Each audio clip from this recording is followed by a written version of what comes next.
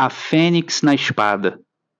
História originalmente publicada em Weird Tales, dezembro de 1932. 1. Saiba, ó príncipe, que entre os anos em que os oceanos beberam a Atlântida e as suas cidades reluzentes, e os anos da ascensão dos filhos de Árias, houve uma era inimaginável, na qual reinos brilhantes se espalharam pelo mundo como estrelas sob mantos azuis. Nemédia, Ofir, Britúnia, Hiperbórea, Zamora com suas mulheres de cabelos negros e torres misteriosas assombradas por aranhas. Zíngara com a sua cavalaria. Koth, que fazia fronteira com as terras pastorais de Shen. Estígia, com as suas tumbas guardadas pelas sombras. E Hircânia, cujos cavaleiros vestiam aço, seda e ouro. Mas o reino mais orgulhoso do mundo era a Aquilônia, soberana suprema do Ocidente. Para lá foi Conan, o cimério, de cabelos escuros, olhos sombrios e espada na mão. Um ladrão, salteador, também um assassino, possuidor de uma melancolia gigantesca, mas também contentamento titânico, para pisotear os tronos adornados de joias em todo o mundo, com os seus pés calçados. Acima dos pináculos sombrios e das torres reluzentes jaziam as trevas espectrais e o silêncio que precede a alvorada. Num beco escuro, parte de um autêntico labirinto de misteriosos caminhos sinuosos, 4 figuras mascaradas atravessaram apressadas uma porta aberta por uma mão negra. Sem se falar, os vultos se misturaram rapidamente à escuridão, enrolados em seus mantos e, silenciosos como os fantasmas de homens assassinados, desapareceram nas trevas. Atrás deles, a porta parcialmente aberta emoldurava feições sardônicas. Um par de olhos diabólicos fulgurou no breu. "Vão para a noite, criaturas noturnas!" Uma voz zombou. "Ah, tolos! A destruição persegue seus calcanhares como um cão cego, mas vocês não fazem ideia." O interlocutor fechou a porta e a aferroou. A seguir, virou-se e atravessou um corredor, segurando uma vela. Era um gigante sombrio, cuja pele morena denunciava o seu sangue estígio. Chegou a uma câmara interna, onde um homem alto e delgado, trajando veludo, estava deitado num divã de seda, preguiçoso como um grande felino, bebericando vinho de um grande cálice dourado. "Bem, Ascalante", disse o estígio, deixando a vela de lado. "Os idiotas ganharam as ruas como ratos que vão para as tocas. Você trabalha com ferramentas estranhas." "Ferramentas?" Ascalante respondeu. "Bem, talvez eles me considerem assim. Há meses, desde que os 4 rebeldes me convocaram do deserto ao sul, tenho vivido bem no coração dos nossos inimigos, escondendo-me durante o dia nessa casa obscura e esgueirando-me por becos escuros e vielas sombrias durante a noite. Eu consegui fazer o que esses nobres rebeldes não puderam. Trabalhando por intermédio deles e de seus agentes, muitos dos quais jamais viram a minha face, permeei o império com sedição e inquietação. Em tempo, trabalhando nas sombras, preparei a queda do rei que se senta no trono à luz do sol.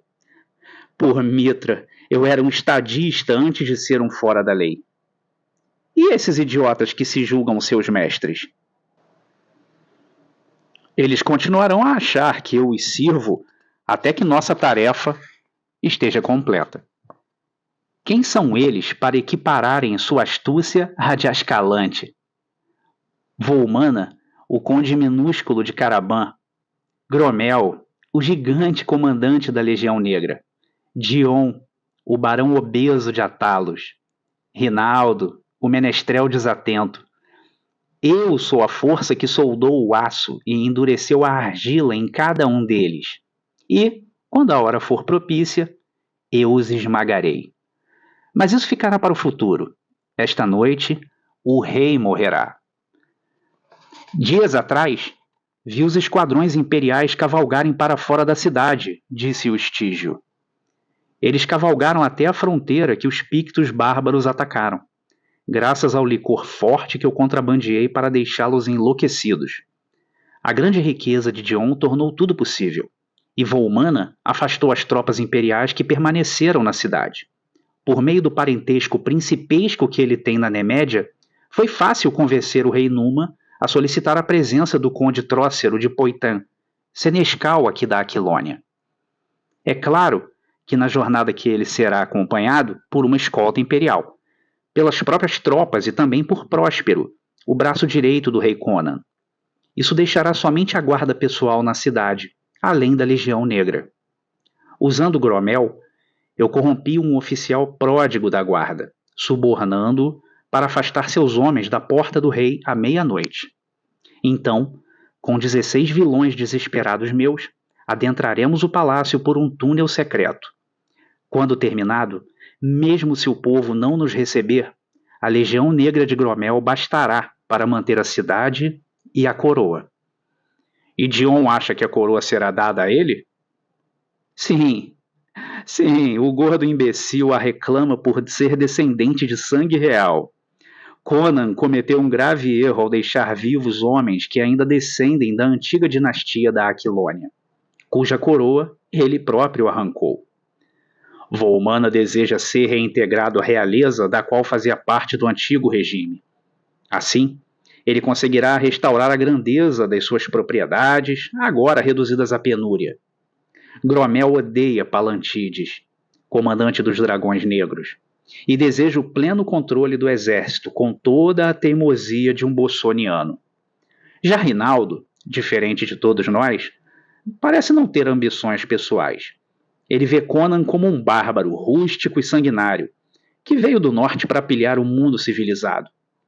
Idealiza que o rei Conan matou para obter a coroa, lembrando-se de seu ocasional patrocínio às artes, mas se esquecendo das maldades de seu reinado.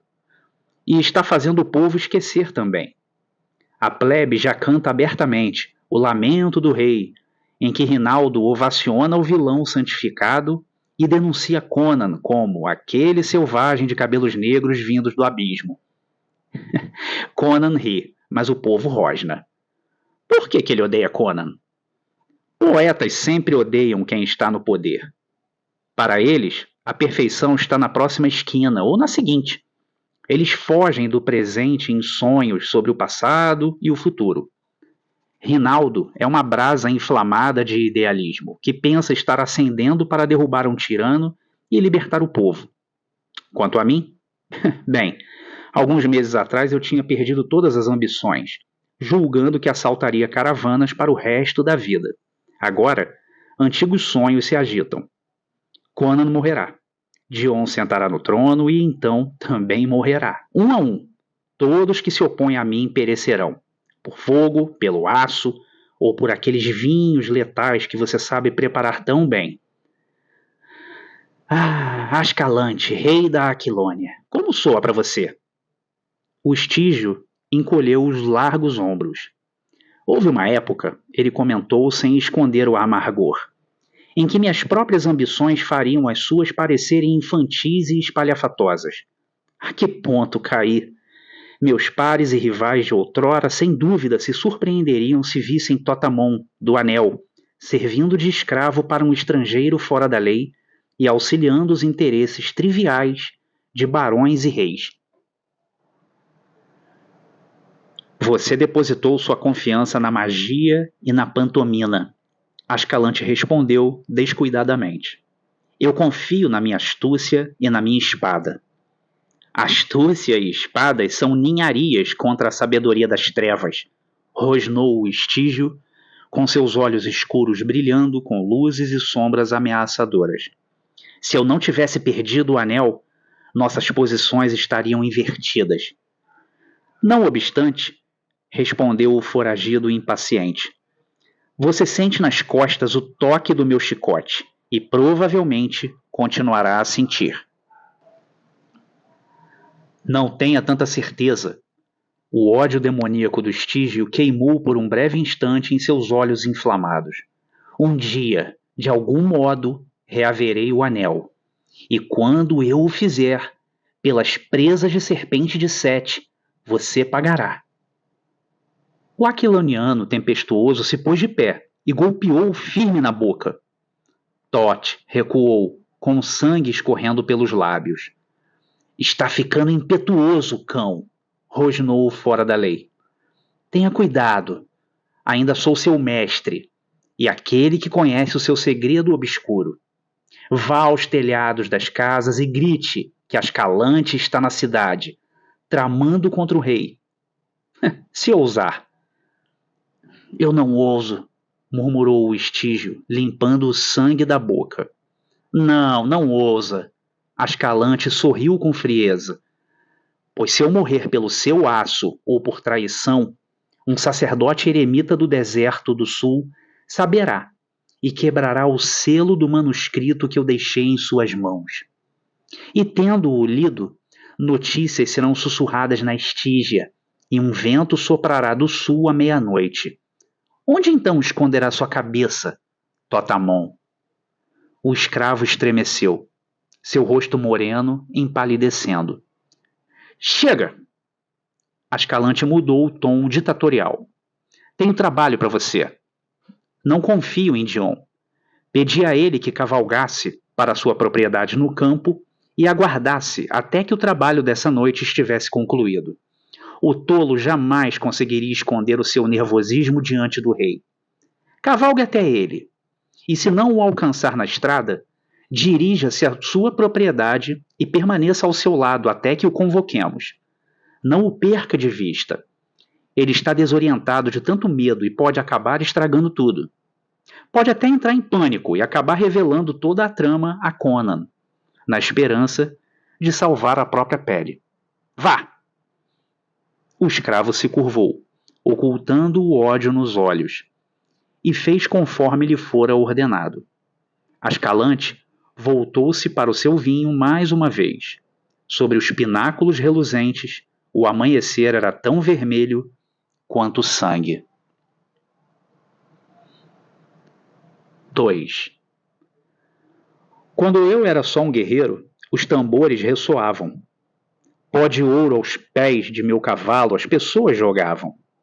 Agora que sou um grande rei, as pessoas espreitam o meu caminho, com punhais nas minhas costas e veneno em meu cálice de vinho.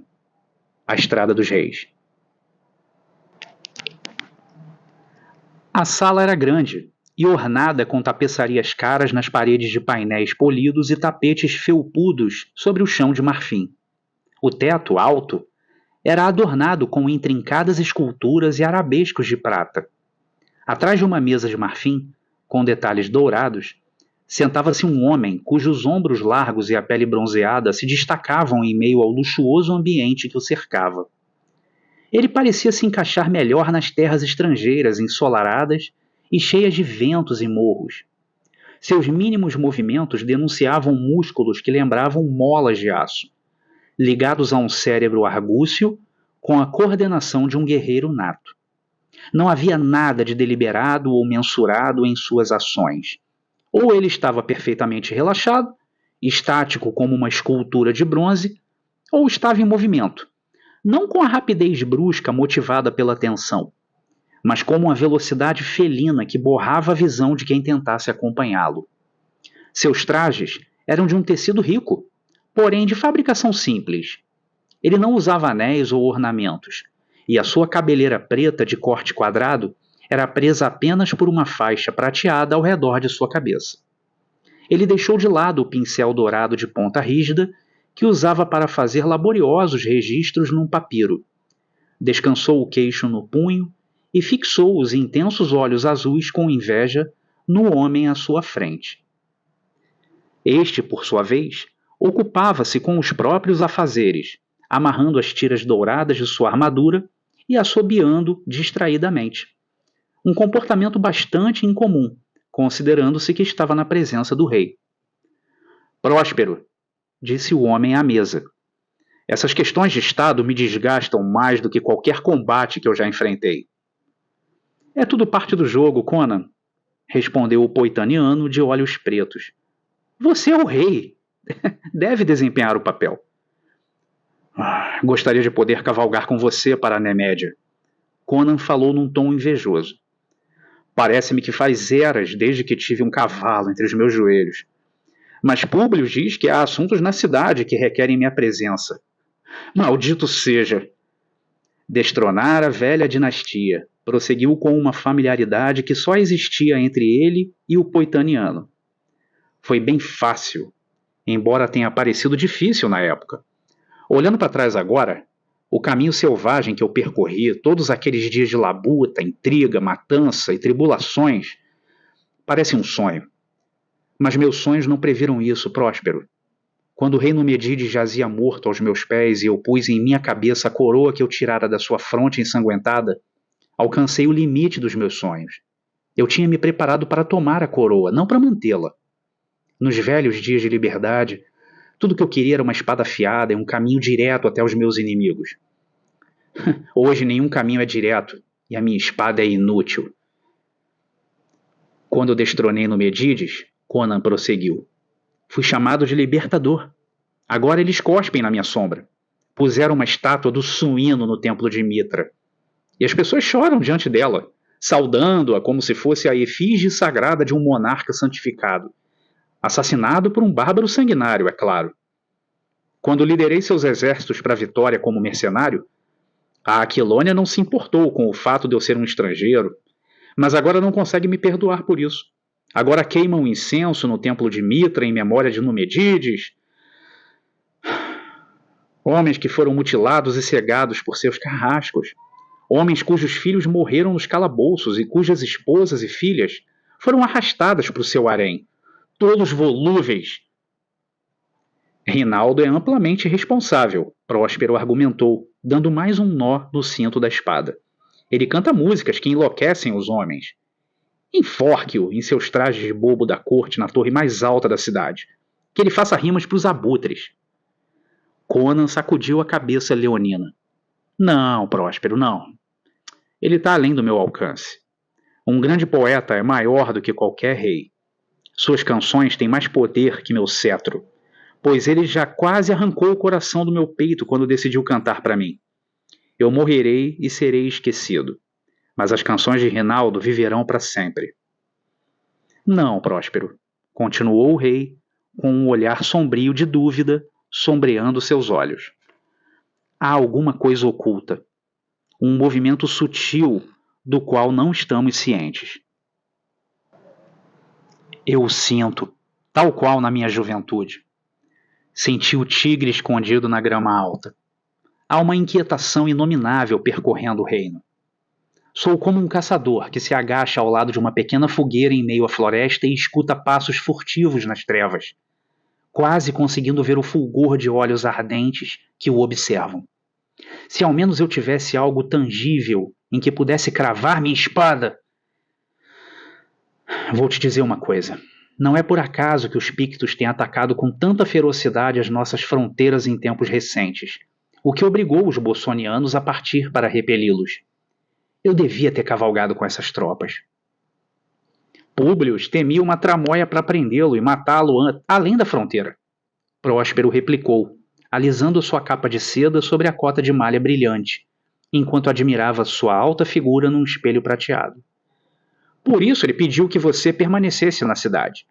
Essas dúvidas nascem do seu instinto bárbaro. Deixa que o povo reclame. Os mercenários são nossos. E os dragões negros, e cada velhaco de Pointan, jura lealdade a você.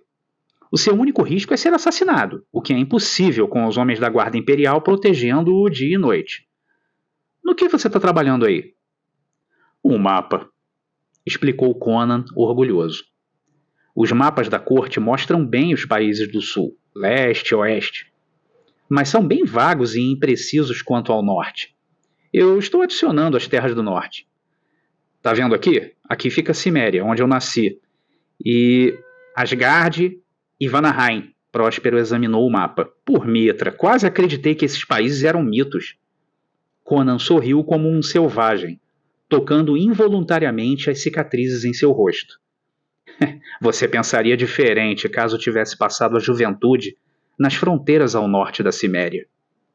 Asgard fica ao norte, e aqui, Vanaheim, a noroeste de lá.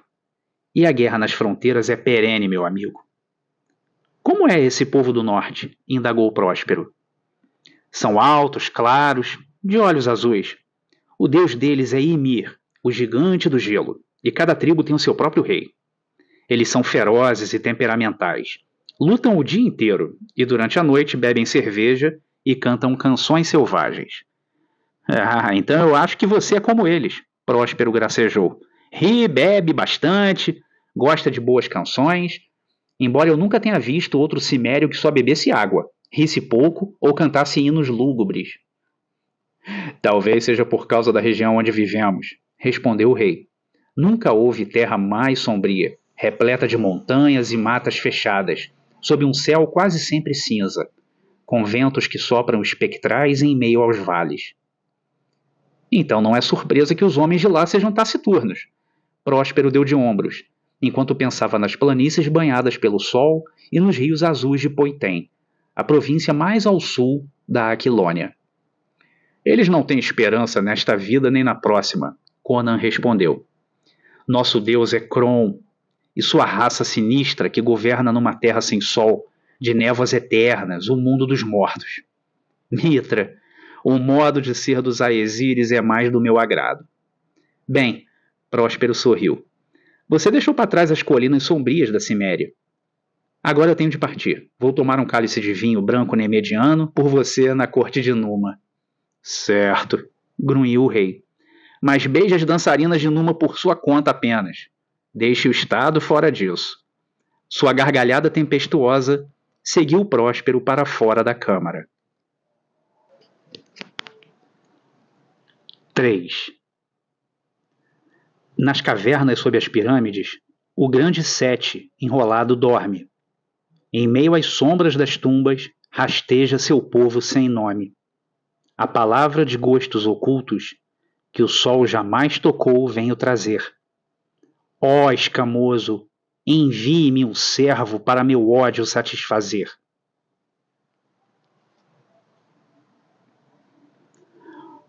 O sol se punha, cobrindo o verde e azul da floresta nebulosa de um breve dourado. Os raios minguantes reluziam na grossa corrente dourada que Dion, de Atalos, não parava de retorcer em sua mão atarracada, enquanto sentava-se na desordem feroz que era seu jardim repleto de botões e flores.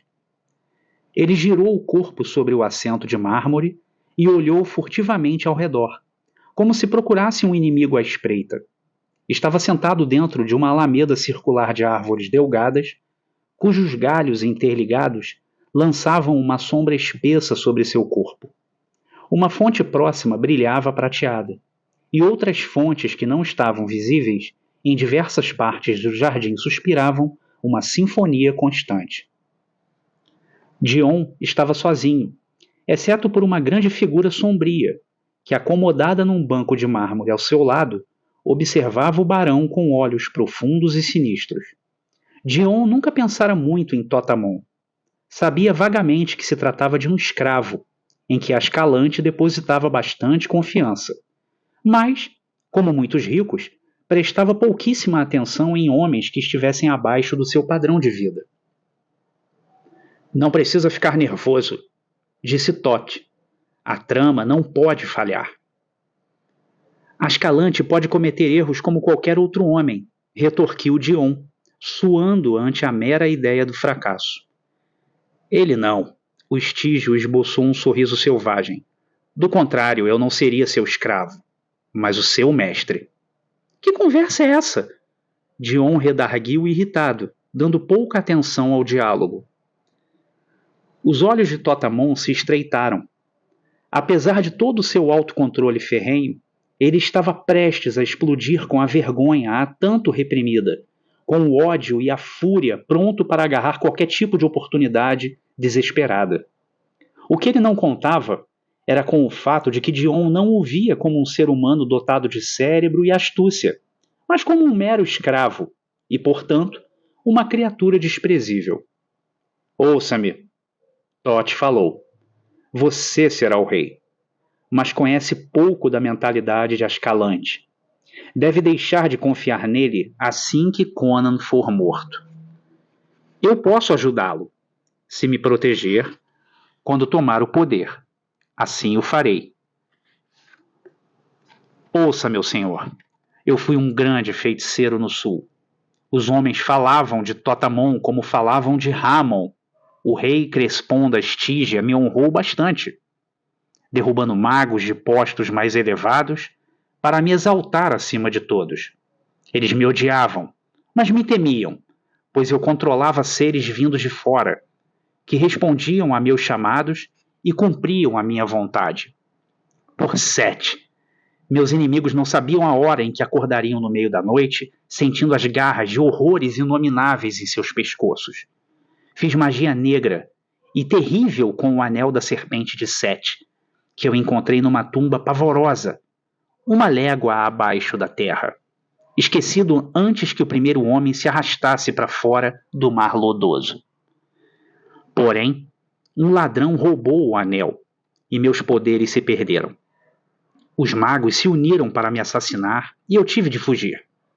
Disfarçado como um montador de camelo, viajava numa caravana pelas terras de Cote, quando os salteadores de Ascalante nos atacaram. Todos na caravana foram mortos, menos eu. Salvei-me ao revelar minha identidade a Ascalante e jurar servi-lo. Tal juramento me tem sido amargo. Para me manter sob controle, escreveu sobre mim em um manuscrito, selou e entregou-o nas mãos de um eremita que vive nas fronteiras ao sul de Cote. Não ouso apunhalá-lo enquanto dorme ou entregá-lo aos seus inimigos, pois o eremita abriria e leria o manuscrito, conforme Ascalante o instruiu, e espalharia a palavra por toda a Estígia. Tote voltou a estremecer e uma tonalidade cinza atingiu sua pele morena. Os homens não me conheciam na Aquilônia, ele prosseguiu. Mas se meus inimigos na Estígia souberem meu paradeiro, nem mesmo a distância de meio mundo bastaria para me salvar de uma maldição capaz de fazer secar a alma de uma estátua de bronze. Somente um rei, com castelos e tropas de espadachins, pode me proteger.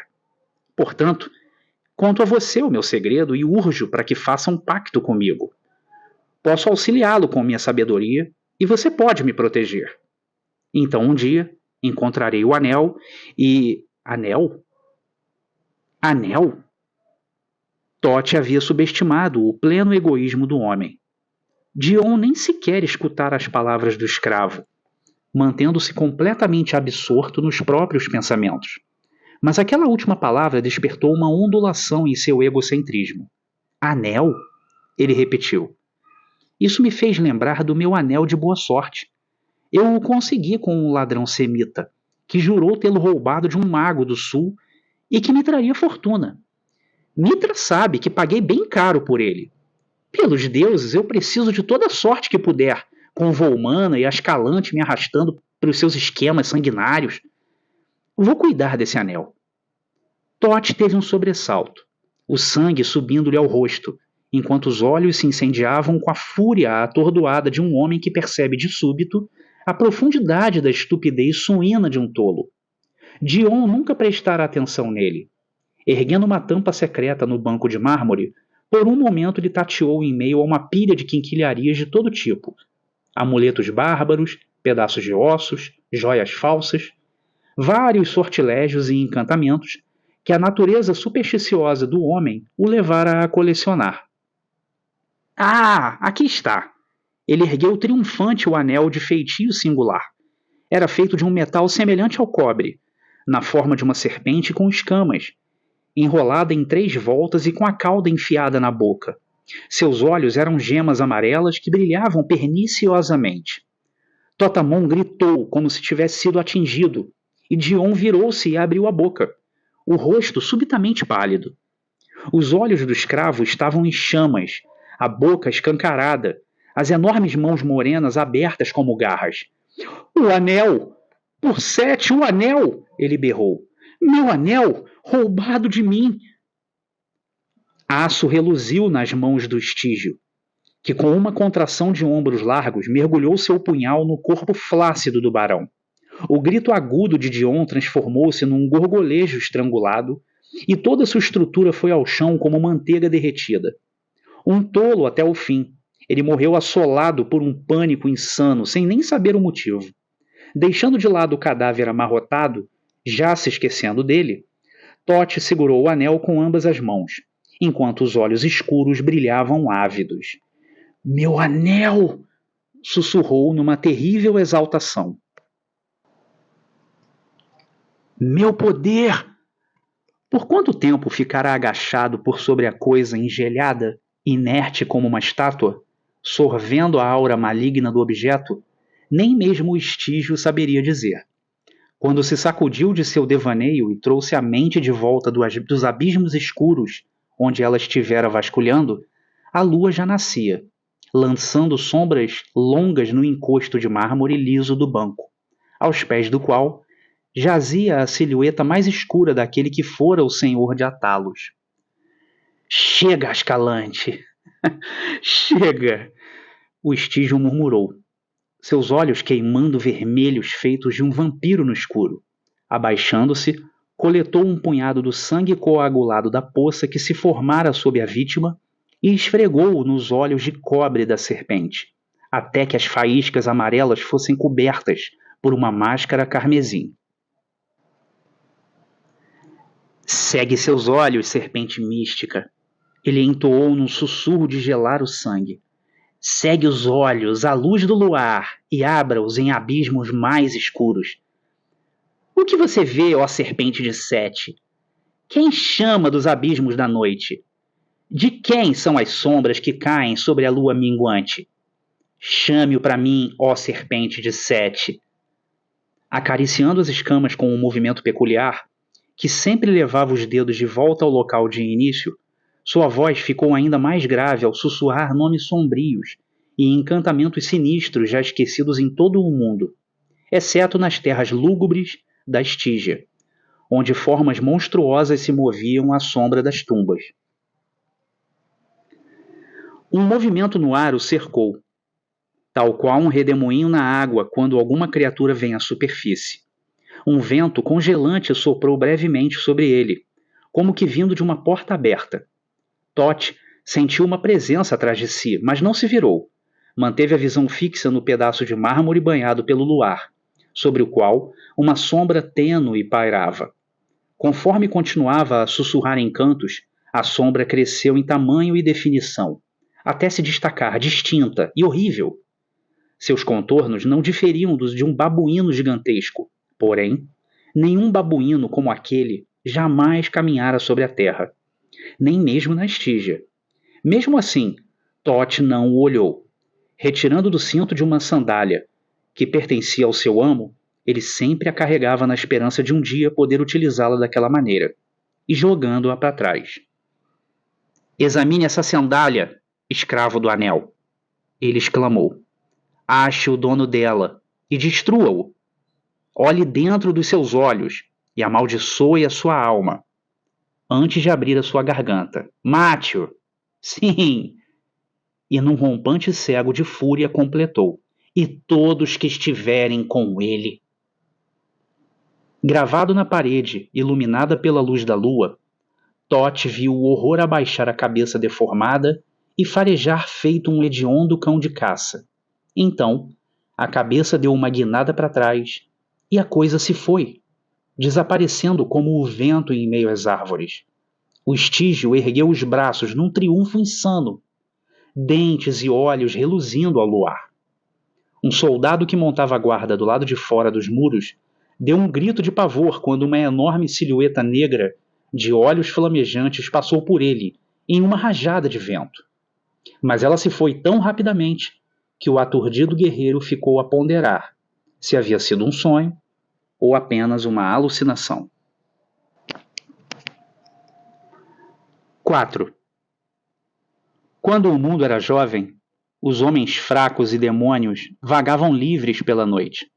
Eu lutei contra Sete pelo fogo, pelo aço e pelo sumo venenoso da árvore do açoite. Agora que eu durmo no coração negro da montanha, e as eras vieram um preço cobrar. Vocês se esqueceram de quem lutou contra a víbora para a alma dos homens salvar? Sozinho em seu grande quarto, cujo teto era uma abóboda dourada, o rei Conan dormia e sonhava. Através de névoas cinzentas que rodopiavam, ele escutou um chamado curioso, baixo e distante, e, embora não o tivesse compreendido, parecia incapaz de ignorá-lo. Segurando a espada, cruzou a neblina como um homem caminharia pelas nuvens. E conforme avançava, a voz ficou mais clara, até que ele compreendeu a palavra que ela dizia. Era o seu nome que estava sendo chamado através dos abismos do tempo e do espaço. As névoas começaram a se dissipar, e ele percebeu que estava num corredor escuro, que parecia ter sido talhado numa sólida rocha negra. Não era iluminado, mas por meio de alguma magia, o rei conseguia ver claramente. O chão, o teto e as paredes tinham sido polidos e emitiam uma luz opaca, entalhados com figuras de antigos heróis e deuses quase esquecidos. Estremeceu ao ver os enormes contornos sombrios dos antigos inomináveis, e de algum modo soube que pés mortais não cruzavam aquele corredor há séculos. Ele desembocou em escadarias esculpidas na rocha sólida, e as laterais do eixo eram adornadas com símbolos esotéricos tão antigos e horríveis que o rei Conan sentiu a pele arrepiar. Cada degrau era marcado pela abominável figura da antiga serpente, Set, de modo que a cada passo ele plantava o calcanhar na cabeça da cobra, como era a intenção dos antigos. Mas isso não amenizava sua inquietação. Porém, a voz o chamava, e, enfim, em meio às trevas que teriam sido impenetráveis aos seus olhos materiais, ele chegou a uma estranha cripta e viu uma figura de barba branca sentada sobre uma tumba. Os cabelos de Conan se eriçaram, e ele segurou firme a espada, mas a figura falou em tons sepulcrais. Você me conhece, homem? Por Kron, não? Jurou o rei. Eu sou Epimetreus, disse o antigo. Mas Epimetreus, o sábio, morreu há mais de 500 anos, gaguejou Conan. Ouça, disse o outro em tom autoritário. Assim como um seixo arremessado num lago escuro gera ondulações que chegam a outra margem, acontecimentos no mundo invisível interromperam meu sono feito ondas. Eu o tenho acompanhado de perto, Conan, da Ciméria, e a marca de incidentes poderosos e grandes façanhas está em você. Mas há desgraças à solta na terra, contra as quais a sua espada não tem valia. Você fala em charadas? Conan respondeu inquieto. Mostre o meu inimigo e eu partirei o seu crânio ao meio. Libere sua força bárbara contra inimigos de carne e sangue, alertou o ancião. Não é de homem que eu venho protegê-lo. Existem mundos mais sombrios que os homens mal prescrutam, onde monstros disformes estão à espreita, demônios que podem ser arrancados dos abismos exteriores para assumir forma física e matar e devorar sob as ordens de magos nefastos. Há uma serpente na sua casa, ó rei, uma víbora vinda da Estígia para o seu reino, e que traz na alma a temível sabedoria das sombras. Tal qual um homem adormecido sonha com a serpente que rasteja ao seu lado, eu senti a presença do neófito de Sete. Ele está embebido de uma terrível maldição, e os golpes que dará em seu inimigo podem muito bem trazer o reino abaixo. Eu o chamei aqui para lhe entregar uma arma contra ele e os seus cães do inferno. Mas por quê? Conan inquiriu confuso. Os homens contam que você dorme no coração negro de Golamira, de onde envia o seu espírito montado em asas invisíveis para auxiliar a Aquilônia em tempos de necessidade. Só que eu sou um estrangeiro e um bárbaro. Paz! Os tons fantasmagóricos reverbaram por toda a caverna sombria. Seu destino e o da Aquilônia são um só. Acontecimentos gigantescos se formam numa teia e no ventre do destino. E um feiticeiro louco e sanguinário não deve ficar no caminho do Império. Eras atrás, Sete enrolou-se no mundo como um píton em volta da presa. Por toda a minha vida, que foi como a de 3 homens comuns, lutei contra ele. Afugentei-o para as sombras misteriosas do sul, mas na Estígia, os homens ainda adoram aquele que, para nós, é um arquidemônio. Assim como enfrentei Sete, combati seus adoradores, seus partidários e seus acólitos. Estenda sua espada, Conan. Conan o fez relutante, e na grande lâmina, próximo à pesada empunhadura de prata, o ancião usou os dedos magros para traçar um estranho símbolo, que brilhou nas sombras como fogo. No mesmo instante, cripta, tumba e ancião desapareceram, e Conan, atordoado, deu um pulo da sua cama na grande câmara de abóboda dourada. Enquanto se levantava, meditando sobre a estranheza do sonho, percebeu que estava de espada em punho, e os pelos da sua nuca se eriçaram, pois na lâmina havia um símbolo gravado, o contorno de uma fênix. Lembrou-se de que na tumba, dentro da cripta, havia visto uma figura similar entalhada na pedra. Agora se perguntava se aquela era mesmo apenas uma imagem gravada e estremeceu diante da estranheza de tudo. Súbito, um ruído sorrateiro no corredor lá fora o despertou do devaneio. E sem nem parar para investigá-lo, começou a vestir a sua armadura. Mais uma vez ele tornava a ser o bárbaro, desconfiado e alerta, como um lombo cinzento acuado. 5. O que entendo de modos cultos das artes e de ser dissimulado? Eu que nasci numa terra nua e sob o céu aberto fui criado. A sutileza da língua e a astúcia sofista fracassam ao sibilar da espada. Venham e morram, cães! Eu já era homem antes de ser monarca. 20 figuras clandestinas se moviam em meio ao silêncio que cobria o corredor do Palácio Real. Os pés furtivos, nus ou envoltos em couro fino, não faziam som algum nem nos tapetes, nem nas lajes de mármore. As tochas que ficavam nos nichos ao longo do corredor reluziam vermelhas nos punhais, espadas e machados afiados. Com cuidado agora! Sibilou Ascalante. Pare com essa maldita respiração alta, seja lá quem for! O oficial da guarda noturna tirou a maioria das sentinelas dos corredores e deixou as demais bêbadas, mas não podemos nos descuidar. Para trás! Lá vem a guarda! Eles se amontoaram atrás de um conjunto de colunas, e quase imediatamente 10 gigantes de armaduras pretas passaram em marcha. Seus rostos denotavam dúvida, conforme seguiam o oficial que os levava para longe de seus postos. Este, de sua feita, estava pálido. Quando a guarda atravessou o local onde os conspiradores se escondiam, foi visto limpando o suor da testa com a mão trêmula. Era um rapaz jovem, e trair o rei não fora fácil. Amaldiçoava em silêncio as extravagâncias gloriosas que o haviam posto em débito com agiotas e o tornaram um peão nas mãos de políticos e suas tramóias.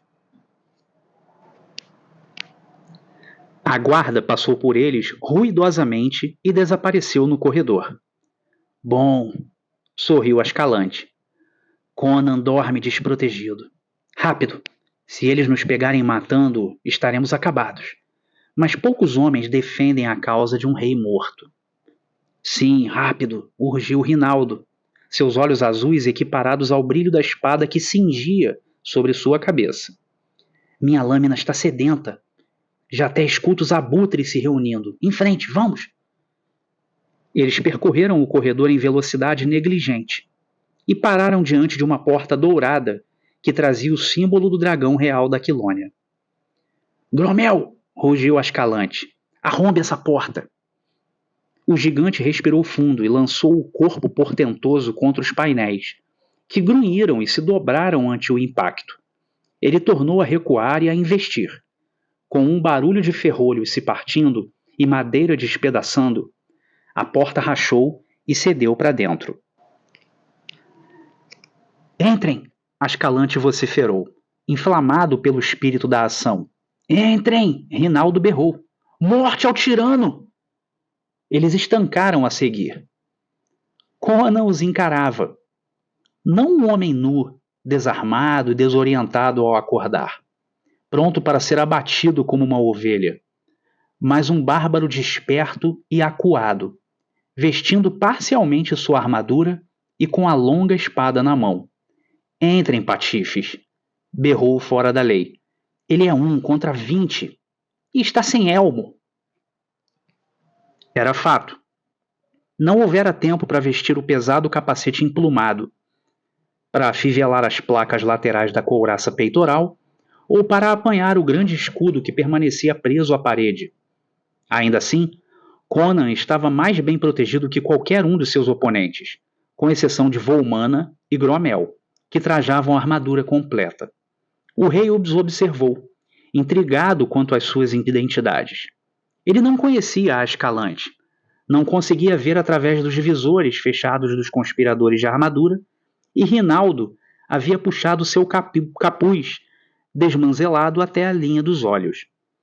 Mas não havia tempo para conjecturas. Com um grito que ecoou no teto, os assassinos invadiram o cômodo com Gromel na dianteira. Ele entrou como um touro desenfreado, de cabeça baixa e espada buscando uma estocada que arrancaria facilmente as entranhas do rei. Conan saltou de encontro a ele, pondo toda a força felina no braço que empunhava a espada. A lâmina cortou o ar num arco assobiante e atingiu o capacete do bossoniano. Espada e elmo se quebraram, e o corpo de Gromel rolou sem vida no chão. Conan recuou, ainda segurando o cabo quebrado. Gromel! Ele bradou, os olhos queimando de espanto quando o capacete despedaçado revelou a cabeça partida. Então o resto do bando estava sobre ele. A ponta de uma adaga resvalou suas costelas, entre as placas frontal e traseira da armadura, enquanto o gume de uma espada cruzou bem na frente dos seus olhos. Ele empurrou o dono da arma com o braço esquerdo e esmagou o cabo da espada partida como se fosse uma manopla na têmpora do espadachim. Pedaços do cérebro do homem espirraram em seu rosto. Vocês 5, vigiem a porta! Ascalante berrou, dançando nos limites do redemoinho formado pelo aço sibilante, temendo que Conan passasse correndo por eles e fugisse. Os vilões recuaram por um momento, quando seu líder apanhou vários deles e os empurrou na direção da única porta do cômodo. Naquele breve respiro, Conan saltou até a parede e arrancou dela um antigo machado de guerra, que, intocado pelo tempo, estivera pendurado por meio século. De costas para a parede, encarou o anel humano que o cercava por um instante e saltou em sua direção. Conan não era um lutador defensivo. Mesmo oprimido por chances esmagadoras, sempre levava a guerra a seus oponentes. Qualquer outro homem teria morrido lá, e o próprio Conan não tinha esperanças de sobreviver. Mas, antes de cair, procuraria infligir tantos danos quanto possível. Sua alma bárbara estava incendiada, e as canções dos antigos heróis ressoavam em seus ouvidos. Seu primeiro golpe derrubou um fora da lei, decepando-lhe o braço, e o movimento de retorno da arma rachou o crânio de outro. Espadas murmuravam venenosamente ao seu redor, mas o rei se esquivava da morte por margens mínimas. O cimério se movia num borrão de velocidade atordoante, um tigre em meio a babuínos, saltando, saindo de lado, girando, mantendo-se um alvo em movimento, enquanto o machado tecia um círculo mortal à sua volta. Por um breve espaço de tempo, os assassinos o cercaram ferozmente, numa chuva desvairada de golpes tolhidos pela própria superioridade numérica. Então, recuaram repentinamente. 2 cadáveres no chão eram a prova muda da fúria do rei, embora o próprio Conan sangrasse de ferimentos no braço, pescoço e pernas. Patifes! Rinaldo berrou, arrancando o capuz. Seus olhos selvagens reluziam. Vão fugir do combate? O déspota deve viver? Vamos terminar isso! Ele investiu golpeando alucinadamente, mas Conan, ao reconhecê-lo, despedaçou sua espada em um ataque poderoso, e, com um empurrão de mão aberta, derrubou o menestrel no chão. O rei sentiu a extremidade da lâmina de Ascalante no braço esquerdo, mas o vilão, por pouco, conseguiu salvar a própria vida ao se abaixar e saltar por trás do arco desferido pelo machado. Os lobos tornaram a atacar e a arma de Conan cantou e esmagou. Um patife cabeludo se abaixou para escapar do golpe e mergulhou nas pernas do rei. E após lutar brevemente contra o que parecia ser uma torre de ferro sólida, olhou para cima a tempo de ver o machado descer, mas não a tempo de evitá-lo. Nesse ínterim, um dos seus camaradas ergueu uma espada larga com ambas as mãos e talhou através das ombreiras encouraçadas do rei, ferindo o ombro sob ela. Num instante, a couraça de Conan estava cheia de sangue. Volmana, empurrando os agressores para a esquerda e para a direita numa impaciência selvagem, atacou brutalmente a cabeça desprotegida de Conan. O rei abaixou-se e a lâmina cortou um cacho dos seus cabelos negros quando passou assobiando sobre si. Conan deu um grito nos calcanhares e golpeou de lado. O machado atravessou a proteção de aço e Volmana caiu com a lateral esquerda esgarçada. Volmana! Conan resfolegou. Eu reconheceria esse anão até no inferno. Ele se endireitou para receber a ofensiva enlouquecida de Rinaldo, que, munido de um punhal, atacou de guarda aberta. Conan deu um pulo para trás e ergueu o machado. Rinaldo! Havia uma urgência desesperada em sua voz estridente. Para trás! Eu não quero matá-lo! Morra, tirano! Gritou o menestrel louco, saltando de cabeça contra o rei. Conan segurou o golpe que relutava em desferir até ser tarde demais. Foi só quando sentiu a mordida do aço em sua lateral desprotegida que revidou, num frenesi de desespero cego. Rinaldo tombou com o crânio aberto e Conan recuou para a parede, com sangue pingando em meio aos dedos que estancavam o ferimento. Agora! Ataquem! Matem-no! Ascalante gritou. Conan grudou as costas na parede e ergueu o machado. Ficou estático, como um ídolo inconquistável. As pernas afastadas, cabeça voltada para frente, uma mão apoiada na parede e a outra segurando alto o machado, com os poderosos músculos evocando cordilheiras de ferro e as feições congeladas num rosnado furioso e letal. Seus olhos queimavam terrivelmente em meio à névoa de sangue que descera sobre eles. Os homens vacilaram. Eles podiam ser criminosos selvagens e devassos, mas vinham de uma raça que tinha um pano de fundo civilizado. O rei, por outro lado, era um bárbaro, um assassino nato. Eles recuaram, pois aquele tigre moribundo ainda poderia causar as suas mortes. Conan sentiu a incerteza do bando e sorriu de forma feroz e jubilosa. Quem vai morrer primeiro? Ele murmurou, com os lábios ensanguentados e inchados. Ascalante saltou como um lobo. Praticamente parou em pleno ar com uma rapidez incrível e caiu prostrado, evitando assim a morte que soprou em sua direção. Girou os pés freneticamente, saiu do caminho e rolou quando Conan se recuperou do golpe perdido e tornou a atacar. Desta vez, o machado afundou algumas polegadas no chão polido, próximo às pernas agitadas do oponente. Outro assassino escolheu esse instante para atacar, seguido com relutância por seus companheiros. Ele pretendia matar Conan antes que o cimério conseguisse retirar o machado do chão, mas seu julgamento foi falho. A lâmina vermelha arqueou para o alto e descerrou. Uma caricatura escarlate do que já havia sido um homem foi catapultada na direção das pernas dos agressores. Naquele instante, um grito pavoroso explodiu dos vilões que guardavam a porta, e uma sombra disforme surgiu ao longo da parede. Todos, com exceção de Ascalante, se viraram a escutar o grito, e então, uivando como cães, atravessaram a porta correndo às cegas, como uma multidão blasfema e furiosa, espalhando-se pelos corredores em fuga desenfreada. Ascalante não olhou na direção da porta. Ele só tinha olhos para o rei ferido.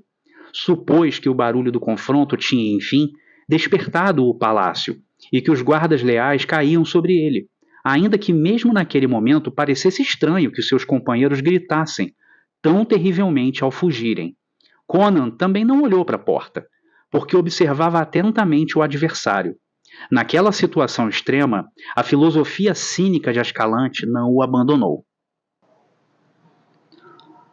Tudo parece perdido, principalmente a honra, murmurou. Contudo, o rei está morrendo de pé, e qualquer cogitação que pudesse ter passado pela sua mente nunca seria conhecida, porque deixando a sentença inacabada, ele investiu contra Conan bem no momento em que o cimério usava o braço do machado para limpar o sangue nos olhos. No entanto, mal começara ele a investida, sentiu um agito estranho no ar, e algo pesado o golpeou firme entre os ombros. Foi virado de cabeça para baixo, e enormes garras afundaram em sua carne. Debatendo-se em pânico sobre o agressor, Ascalante girou a cabeça e olhou diretamente para o rosto do pesadelo e da loucura. Sobre ele se avolumava uma grande sombra negra, que ele soube não ter nascido em nenhum mundo são ou humano. As presas escuras estavam próximas de sua garganta, e o brilho dos olhos amarelos açoitou seus membros, como o vento açoita o milharal. A face hedionda transcendia a mera bestialidade. Poderia ter sido a face de uma múmia antiga e maligna, despertada por uma vida demoníaca. Os olhos dilatados do insurgente pareceram ver naquelas feições pavorosas, como uma sombra da loucura que o envolvera, uma leve e terrível semelhança com o escravo Totamon. Então a filosofia cínica e autossuficiente de Ascalante o abandonou, e com um grito lúrido, ele entregou seu espírito antes mesmo que as presas assassinas o tocassem. Conan, limpando dos olhos as gotas de sangue, permanecia congelado. De início, pensara que era um grande cão de caça preto que estava sobre o corpo desfigurado de Ascalante. Então, conforme a visão clareou, percebeu que não era nem cão de caça e nem babuíno. Com um grito que praticamente ecoava o estertor de Ascalante, ele se afastou da parede e recebeu o horror que o atacava com um arremesso do machado, cuja moção trazia por trás toda a força desesperada de seus nervos eletrificados. A arma sibilante só ricocheteou no crânio da criatura, quando deveria tê-lo esmagado, e o rei foi atirado ao outro lado da câmara pelo impacto do corpo gigantesco. As mandíbulas salivantes se fecharam no braço que Conan erguera para proteger a garganta, mas o monstro não se esforçou para manter uma mordida fatal. Por sobre o braço mutilado, encarou diabolicamente os olhos do rei, que começavam a refletir um horror semelhante aos dos olhos mortos de Ascalante. Conan sentiu a alma murchar e começar a ser arrancada de seu corpo, para afogar-se naqueles poços amarelos de horror cósmico que brilhavam de modo espectral no caos disforme. Caos que crescia ao redor dele e engolfava sua vida e a sua sanidade. Aqueles olhos cresceram e se tornaram gigantescos. Foi quando o Cimério teve um vislumbre da realidade de todos os horrores abismais e blasfemos que espreitavam nas trevas exteriores de vácuos sem forma e abismos escuros. Ele abriu os lábios ensanguentados para externar o seu ódio e desprezo, mas apenas um estertor seco explodiu de sua garganta. Porém, o horror que paralisara e destruíra Ascalante despertou no Cimério uma fúria frenética comparável à loucura. Com uma torção vulcânica do corpo inteiro, lançou-se para trás, ignorando o martírio do braço ferido e arrastando o corpo da criatura consigo. E a sua mão, tateando, encontrou algo que o cérebro entorpecido pela luta reconheceu como sendo o cabo da sua espada quebrada. Instintivamente, ele o segurou e atacou com toda a força dos nervos e músculos, tal qual um homem cravaria com um punhal. A lâmina partida mergulhou fundo, e o braço de Conan foi libertado quando a boca da abominação se abriu em agonia. O rei foi brutalmente arremessado de lado, e ao se pôr de pé, com a ajuda de uma mão, viu atônito o monstro convulsionar terrivelmente, enquanto golfadas de sangue espesso jorravam do ferimento aberto pela lâmina. Então, diante do rei, os esforços pararam e a coisa permaneceu no chão, em meio a espasmos, olhando para cima com uma expressão sinistra. Conan piscou e limpou o sangue dos próprios olhos. A ele pareceu que aquela coisa estava derretendo e se desintegrando numa massa gosmenta e disforme. Foi quando uma miscelânea de vozes chegou aos seus ouvidos e a sala foi inundada pelas pessoas da corte, finalmente despertas. Cavaleiros, fidalgos, damas, guerreiros, conselheiros, todos balbuciando e gritando, e pondo-se um nas frentes dos outros. Os dragões negros, enfurecidos e contrariados, praguejavam em língua estrangeira, com as mãos sobre os cabos das armas. Do oficial responsável pela guarda da porta nada se soube. Nem foi ele encontrado mais tarde, embora tenha sido bastante procurado. Gromel! Volmana! Rinaldo! Públio exclamou, enquanto apalpava os cadáveres com a sua mão gorducha. Traição! Alguém tem de pagar por isso. Chamem a guarda! A guarda está aqui, seu velho tolo! Ralhou Palantides, comandante dos Dragões Negros, esquecendo-se do cargo mais alto de Públio por conta do estresse do momento. É melhor parar com esse escândalo e nos ajudar a cuidar dos ferimentos do rei. Desse jeito ele vai sangrar até a morte. Sim, sim, concordou Públio, que era um homem de planos e não de ações. Temos de tratar dos seus ferimentos. Mande trazer todas as sanguessugas que há na corte. Ah, meu senhor, que vergonha para essa cidade. Eles estão mesmo mortos? Vinho, resfolegou o rei do sofá onde o haviam deitado. Puseram um cálice em seus lábios ensanguentados e ele bebeu, como um homem meio morto de sede. Bom, ele grunhiu e se recostou. Matar é um trabalho maldito. E que dá sede. Eles haviam estancado o sangue e a vitalidade inata do bárbaro começava a ressurgir. Cuide primeiro da punhalada no meu dorso, ordenou aos médicos da corte. Rinaldo escreveu uma canção mortal para mim e usou uma pena bastante afiada. Devemos tê-lo enforcado há muito tempo, disparou Públio. Nenhum bem pode advir de poetas. Quem é esse? Ele tocou nervoso o corpo de Ascalante, com o dedão calçado. Por Mitra! Bradou o comandante. É Ascalante, um conde de Tune. Que trabalho diabólico o trouxe de suas paragens assombradas até aqui? Mas o que há com o seu olhar? Públio sussurrou, afastando-se. Os próprios olhos arregalados enquanto sentiam um peculiar eriçar de pelos na nuca. Os outros se mantiveram em silêncio ao fitarem o bandido morto.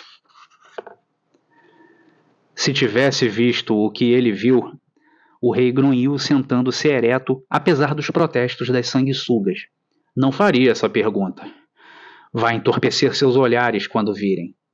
Ele parou de falar, a boca aberta, o dedo apontando infrutíferamente. Onde o monstro tinha morrido, havia apenas o chão vazio. Por Kron, ele jurou. A coisa derreteu de volta para a escuridão de onde veio. O rei está delirando, um nobre murmurou.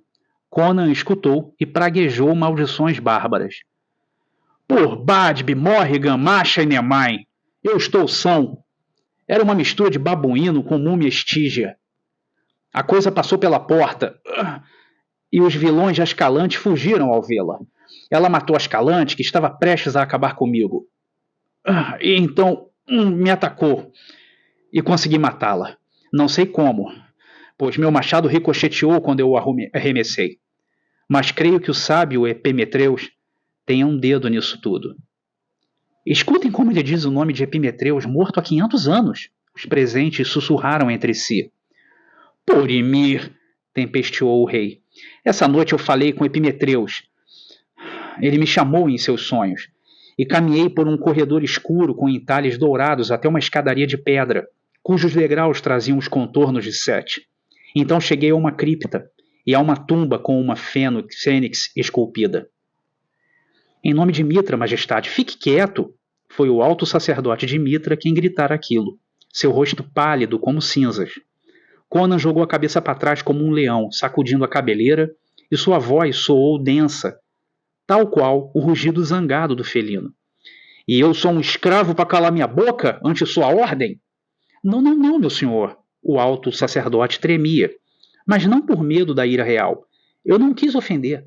Ele abaixou a cabeça para o rei e falou num sussurro que chegou somente aos ouvidos de Conan. Majestade, Essa é uma questão que vai além da compreensão humana. Somente o círculo interno do sacerdócio sabe sobre o corredor escuro de pedra do coração negro do Monte Golamira, feito por mãos desconhecidas, ou sobre a tumba guardada pela Fênix, onde Epimetreus descansa há 500 anos. E desde aquela época, nenhum homem vivo adentrou o local, porque seus sacerdotes de confiança, após deixarem o corpo do sábio dentro da cripta, bloquearam a entrada externa de modo que nenhum homem pudesse encontrá-la. Nos dias de hoje, nem mesmo os altos sacerdotes se recordam de onde ela fica. Somente pela oralidade transmitida pelos altos sacerdotes, a alguns poucos e cerimoniosamente guardada, é que o círculo interno dos acólitos de Mitra conhece o local de descanso de Epimetreus, no coração negro de Golamira. É um dos mistérios em que o culto a Mitra se apoia. Não sei dizer por meio de qual magia Epimetreus levou-me até lá, Conan respondeu. Mas conversamos, e ele fez uma marca na minha espada. Por que tal marca foi letal para o demônio, ou que magia está por trás dela, eu não sei. Mas embora a lâmina tenha se partido no capacete de Gromel, o fragmento bastou para matar o horror. Deixe-me ver a sua espada, murmurou o sacerdote, sentindo a garganta subitamente seca. Conan entregou-lhe a espada partida, e de súbito o alto sacerdote deu um grito e caiu de joelhos. Mitra nos proteja dos poderes das trevas, exclamou ele. O rei de fato falou com Epimetreus essa noite. Ali, na espada, está o sinal secreto que ninguém além dele pode fazer. O emblema da fênix imortal, que paira para sempre em sua tumba. Uma vela, rápido! Olhem de novo para o local onde o rei disse que a criatura morreu. O local estava à sombra de um biombo quebrado. Eles o empurraram para o lado e banharam o chão com luz de uma vela. Um silêncio estremecedor caiu sobre as pessoas que o observavam. Então, algumas foram ao chão de joelhos, chamando por Mitra, enquanto outras saíram correndo da câmara aos gritos. Ali no chão, onde o monstro morrera, havia, como uma sombra tangível, uma larga mancha escura que não poderia ser lavada. A coisa tinha deixado os contornos claramente gravados em seu sangue, e aquela forma não era de um ser nascido num mundo são e normal. Horrível e sinistra, a mancha pairava ali, como a sombra lançada por um dos deuses simiescos que se acocoravam nos altares sombrios dos templos escuros na terra distante da Estígia.